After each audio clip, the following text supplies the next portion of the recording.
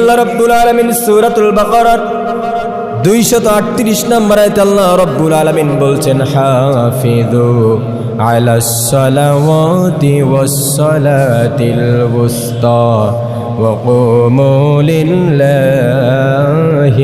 কানিতিন। রাব্বুল আলামিন বলছেন, তোমাদের নামাজগুলোকে, তোমাদের সিজদাগুলোকে তোমরা কি করো? সংরক্ষণ করো। এই সংরক্ষণের ব্যাখ্যাটা কেমন?